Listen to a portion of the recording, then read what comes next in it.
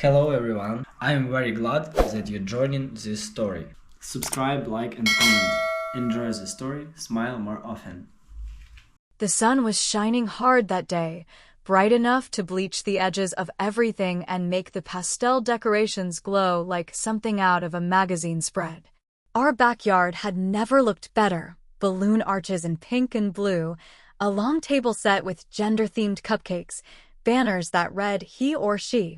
What will baby be? Fluttering just enough in the breeze to make the whole setup feel alive. There were maybe 30 people there, give or take, mostly friends and family, all of them holding up their phones like they were filming something historic. I guess, in a way, they were. My mother was standing under the oak tree in the corner of the yard, sipping sweet tea and pretending to like my husband. His parents, well, mostly his father, stood front and center like he owned the whole damn day, arms crossed and eyes squinting at the confetti cannon like it owed him money. My best friend Tanya was beside me, giving me the side eye like she already knew what was about to go wrong. She always had that sixth sense about men, especially mine. When I held the oversized black balloon in my hands, I felt something shift in me, something small and quick, like the flick of a switch in a dark room. I wasn't sure what it was at the time, but I'd come to understand it later. That moment, that pause before the pop, was the last time I still believed everything was going to be okay. We counted down, 5, 4, 3, and on 1 I stuck the pin through the balloon's surface. It burst with a sharp snap and exploded into a cloud of pink confetti that shimmered in the sunlight like rose-colored snow. People clapped. Someone whistled. Tanya yelled, "It's a girl," with the kind of joy that used to come easy to us before the world started teaching us to lower our expectations. I was smiling. I really was. Genuinely, fully smiling. My baby was a girl. I was going to have a daughter. I pictured her tiny fingers, her little feet kicking under a soft blanket, her eyes blinking at me like I was the whole damn universe. I saw her first steps, the scraped knees, the lullabies, the middle-of-the-night feedings where I'd whisper to her that she was safe, that she was loved, that she could be anything. And then, before the last bit of confetti had even hit the grass, he opened his mouth and wrecked it all. "Damn," he said, too loud, too clear. I was really hoping for a boy. The air went flat. Not silent, there was still noise, but it stopped feeling like a celebration and started feeling like a performance we were all failing at. A couple of people laughed, that uncomfortable, shallow laugh people do when they're not sure if they're supposed to. His father clapped him on the back, muttering something I couldn't hear but didn't need to. I knew it wasn't kind. I kept smiling. That's the part that pisses me off the most, looking back. I kept smiling. I smiled so hard I thought my cheeks might split. I stood there with pink confetti tangled in my hair and smiled like I was posing for a Hallmark card, while my insides curled up like a dying leaf. Later, when most of the guests had left and the backyard looked like the aftermath of a baby shower bomb, I sat in the nursery we hadn't even painted yet. I sat on the bare floor, holding a pink balloon that had floated off and gotten stuck in the corner. I rubbed my belly gently, like I was apologizing to the tiny human inside me. "You're perfect," I whispered. "Don't listen to anything that man says." He came in at some point, smelling like beer and barbecue, and flopped onto the bed without saying a word. Not sorry, not clarifying, not even pretending it was a joke. He just checked out like it was any other day, and within minutes, he was snoring. I stared at the ceiling, trying to make sense of how we'd gotten here. We hadn't always been like this. In the early days, he was charming, attentive, quick to laugh, and slow to anger. He used to rub my feet after work and tell me I deserved the world. But that sweetness had an expiration date, and I guess I missed the warning signs when it started to sour. Somewhere between the wedding and the pregnancy, his jokes got meaner, his tone sharper, his patience shorter. He started talking about real men and strong sons and how raising a daughter's a different kind of hell. I thought he was just talking shit, like guys do when they're trying to look tough in front of their dads. But that night, I realized he meant every damn word. Around midnight, I checked my phone. Missed calls from Tanya, a couple of texts from coworkers, and one message sitting at the top of my notifications like a punch in the face. It was from his father. Still time to try for a real one. No punctuation. Just that. Just enough to rip open the thing I'd been stitching shut all evening. I didn't cry. I didn't scream. I didn't even respond. I stared at that message for a full minute, then set the phone down, walked into the bathroom, and looked at myself in the mirror. I didn't recognize the woman looking back. She wasn't glowing. She wasn't happy. And somewhere in that cold, quiet bathroom, something inside her snapped, not loudly, not with fireworks or fanfare, but with a silence so total, it felt like the first second after an earthquake. You know something's shifted. You just don't know yet how much is broken. And just like that, I knew. I wasn't going to stay. He didn't say a word the next morning, and neither did I. The coffee brewed like always, the eggs fried on the pan like they always did, and the news played in the background with its usual blend of weather, traffic, and distant tragedy. Everything felt normal, but everything was wrong. He sat at the table scrolling his phone, tapping and swiping with that same blank look he always had, the one that said his mind wasn't in the room. Not with me. Maybe not even with himself. I watched the steam rise from his mug and wondered how many more mornings I'd have to sit across from a man who thought our daughter was already a disappointment before she'd even opened her eyes. He looked up at one point, mid-bite, and said, "You okay? You've been real quiet." Like that was some great insight, like he was finally starting to tune in. I just nodded and smiled, that brittle little smile women use when they've learned the hard way that honesty gets you nowhere. "Just tired," I said. Which was technically true, I was tired. But not in the way he thought. I was tired in my bones, tired in my blood, tired of being the only one who ever looked around and thought, "Is this it? Is this what I signed up for?" The truth was, I'd seen this coming. Maybe not in full color, maybe not with all the sharp edges, but the signs had been there. They always are, if you're brave enough to look back without the rose-colored glasses on. Like the time we were walking through Target, and I picked up a onesie that said "Mommy's Little Sunshine," all pink and ruffled and sweet as pie. He looked at it like I'd handed him a pile of dog crap and said, "Jesus, you trying to make the kid soft already?" I laughed it off then, told him he was being ridiculous, but something about the way he dropped it back in the cart like it was contaminated stuck with me. Or the way he talked about his own childhood, always with this weird mix of pride and bitterness, like it had shaped him into a man, but also broken something inside him he didn't want to admit. My old man didn't raise no sissies, he used to say, like that was a badge of honor instead of a warning sign. He told stories about being shoved into freezing lakes to toughen up, about getting smacked for crying, about how his dad used to say emotions were for women and weaklings. I thought it was all just old-school macho nonsense. I figured he'd mellow out, grow into a softer version of himself once he became a dad. But instead, he doubled down, clinging to that outdated script like it was the only one he knew. He started going to the gym more after we found out I was pregnant.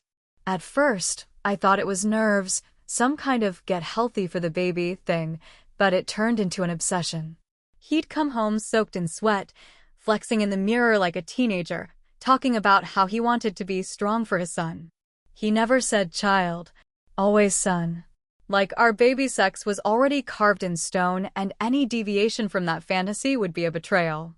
When I teased him about it, he laughed, but it never reached his eyes.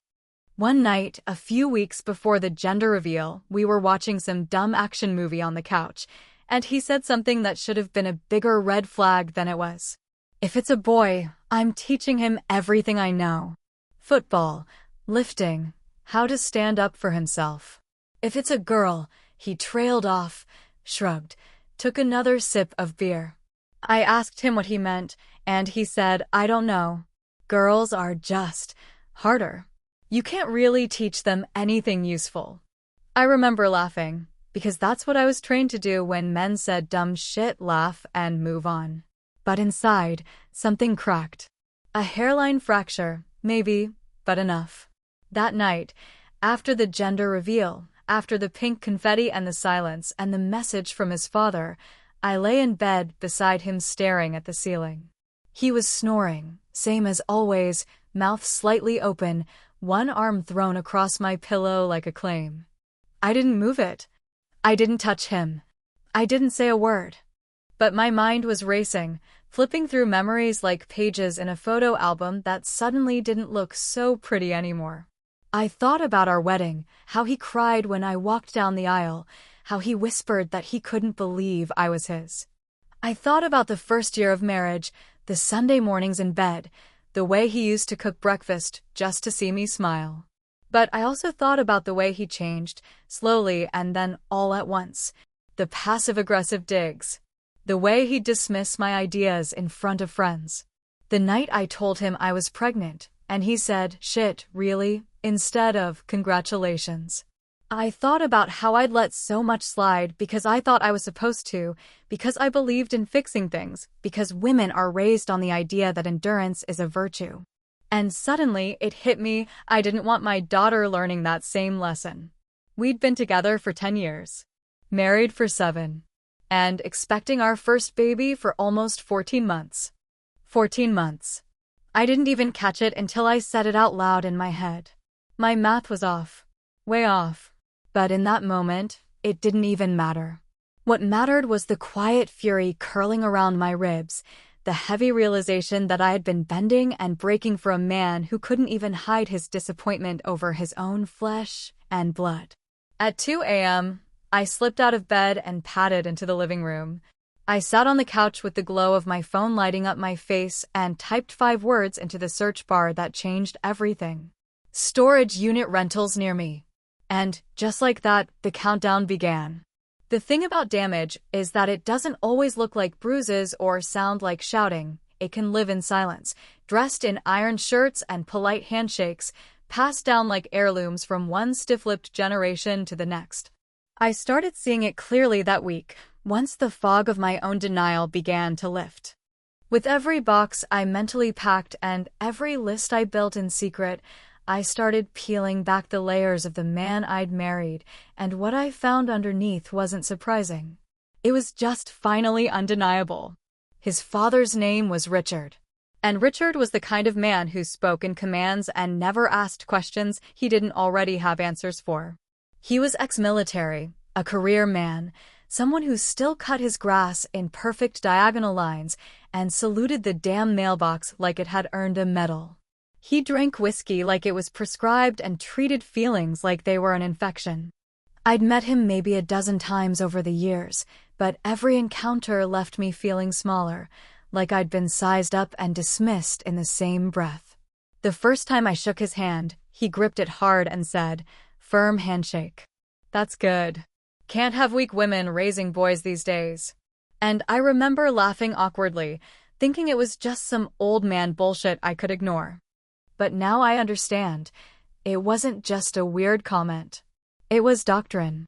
That same week, I started remembering things my husband had said over the years, little phrases and opinions that had slipped under the radar but now rang with clarity.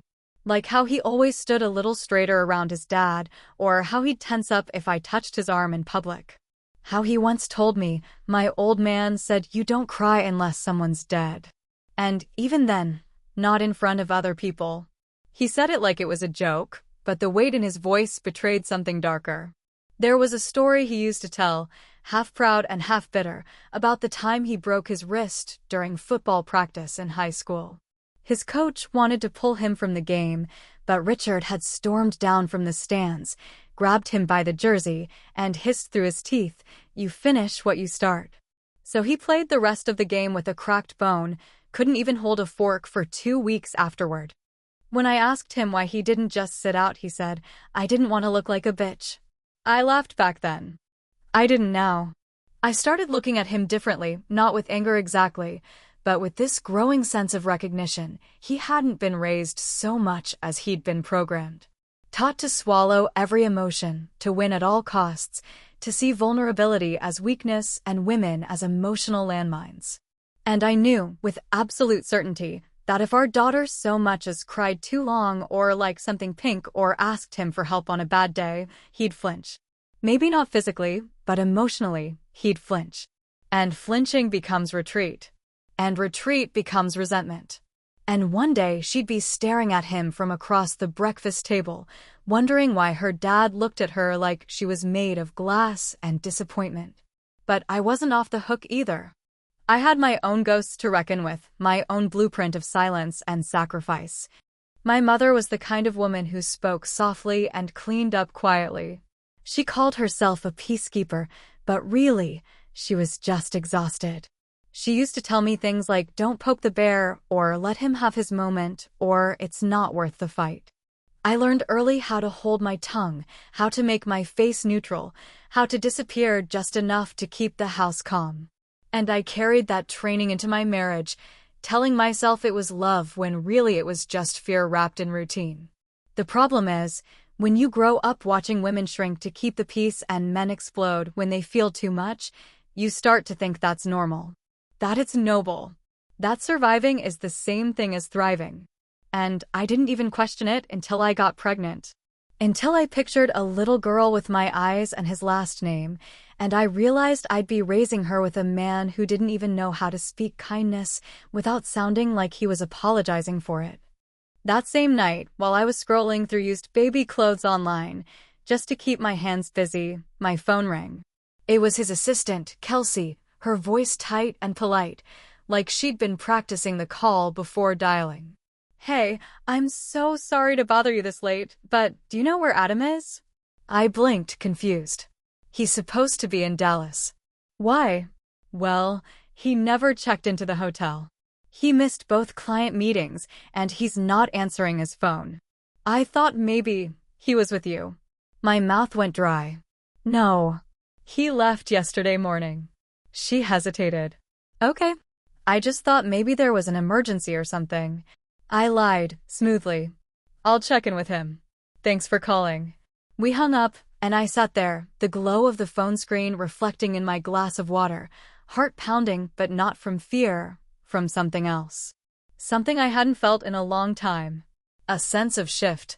Of power. Something was unraveling, and I wasn't sure if he was running or hiding or just collapsing under the weight of the life he'd built out of brittle wood and bravado. But wherever he was, I knew this much, he was unraveling, and I was just getting started. When the unraveling finally begins, it doesn't look like chaos or screaming or broken furniture. It looks like a half-packed box of kitchen utensils and the hum of the refrigerator at 2 in the morning. It smells like cardboard and dust, and it sounds like silence so deep you can hear your own heartbeat echo in the walls. I didn't cry while I packed.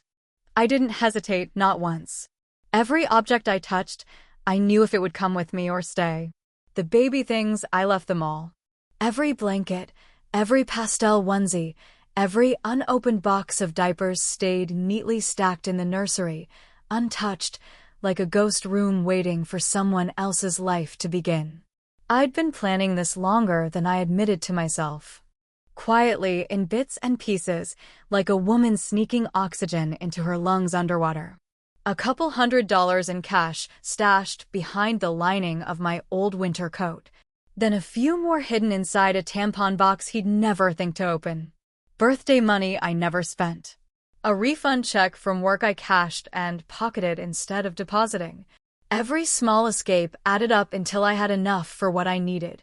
First month's rent on a furnished apartment in a town 3 hours south. A used minivan with no backstory and just enough life left in it. And enough gas to put distance between me and the version of myself who thought staying was strength. The day I left, the sky was overcast like it knew. Like it was shielding me, cloaking me in gray so I wouldn't shine too brightly on my way out. Tanya pulled up just after sunrise, dressed in black like we were going to a funeral. In a way, we were. She didn't ask questions. She didn't need to. She just opened the trunk and started lifting boxes like it was any other Tuesday. I didn't bring much, some clothes, my laptop, the little ceramic mug from our honeymoon that he never used, and one ultrasound photo, the first one where you could see her tiny spine curling like a comma. I left the note on the dresser, not folded, not hidden, just sitting there in the open like a verdict. One sentence, printed in my cleanest handwriting: she deserves better. So do I. That was all I had left to say to him. I didn't bother writing more because I knew he wouldn't understand. Not now. Maybe not ever. That note wasn't for him anyway, it was for me. For the woman who spent too many nights pretending not to hear her own doubts, for the mother I was about to become, for the daughter who'd never have to sit at a breakfast table wondering why her father looked at her like a stranger. I didn't even flinch when I closed the door behind me. That surprised me. I thought maybe I'd feel something more than this dull resolve, this clear-headed calm that settled into me like breath returning to lungs. But when the lock clicked and I stepped into the morning air, all I felt was the weight falling away, like every step was peeling off another layer of the life I'd been dragging behind me. There's a thing that happens when a woman finally chooses herself after years of choosing everyone else. It's not loud or cinematic. It's not some big aha moment with music swelling in the background. It's quiet. It's calculated. It's terrifying in its certainty.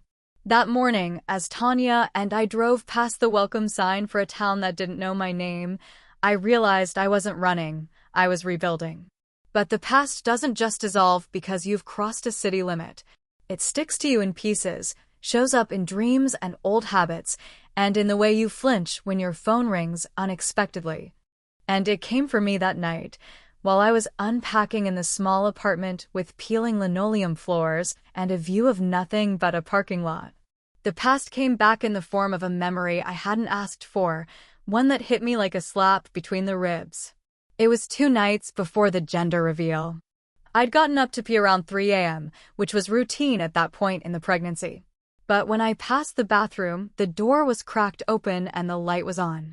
I heard something, this soft, broken sound like someone trying not to cry. I peeked in, and there he was, sitting on the cold tile floor with his back against the tub, holding the pink baby onesie I'd bought in secret. He was crying, real tears this time, silent and ugly and raw. "I'm not ready for a girl," he whispered into the fabric. "I don't know how to protect her."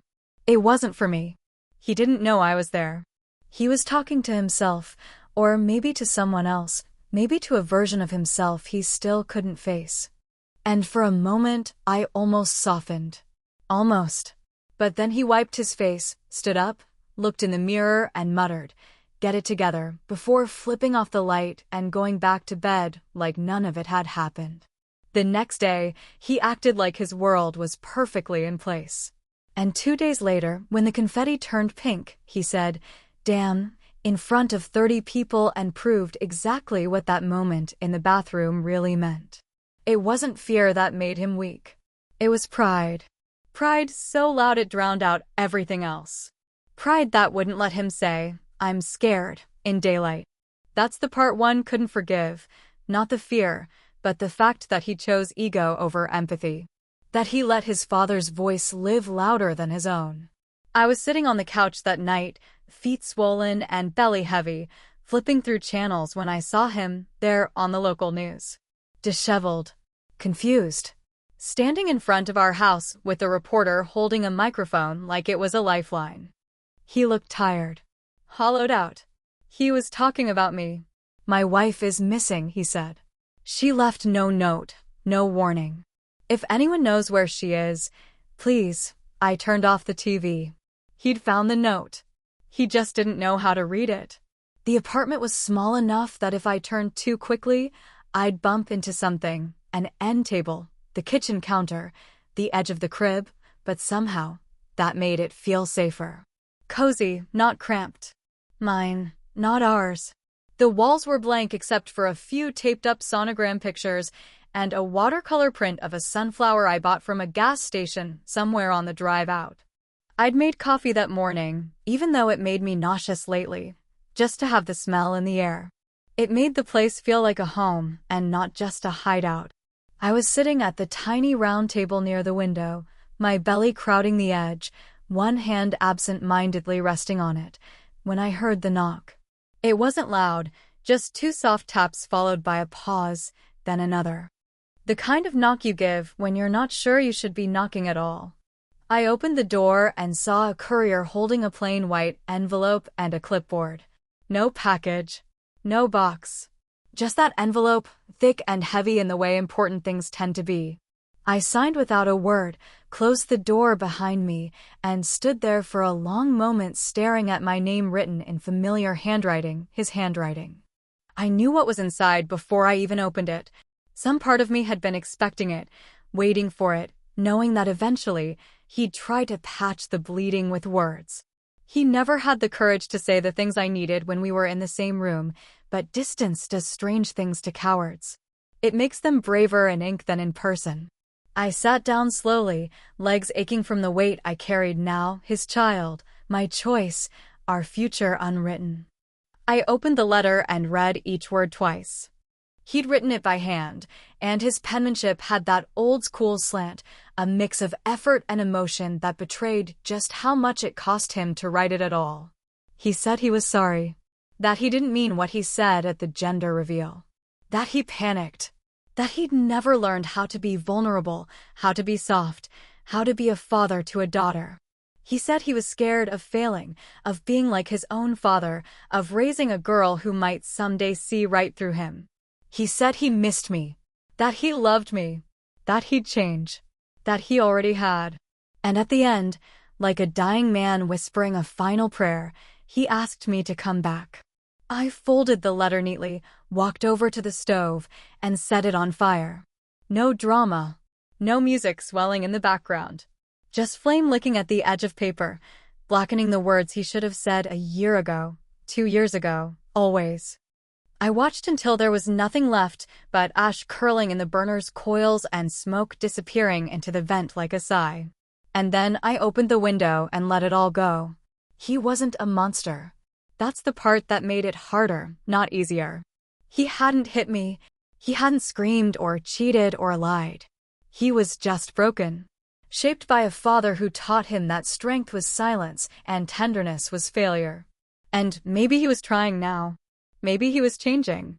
But I'd spent too many nights trying to fix broken men, only to watch them sharpen their edges and call it growth.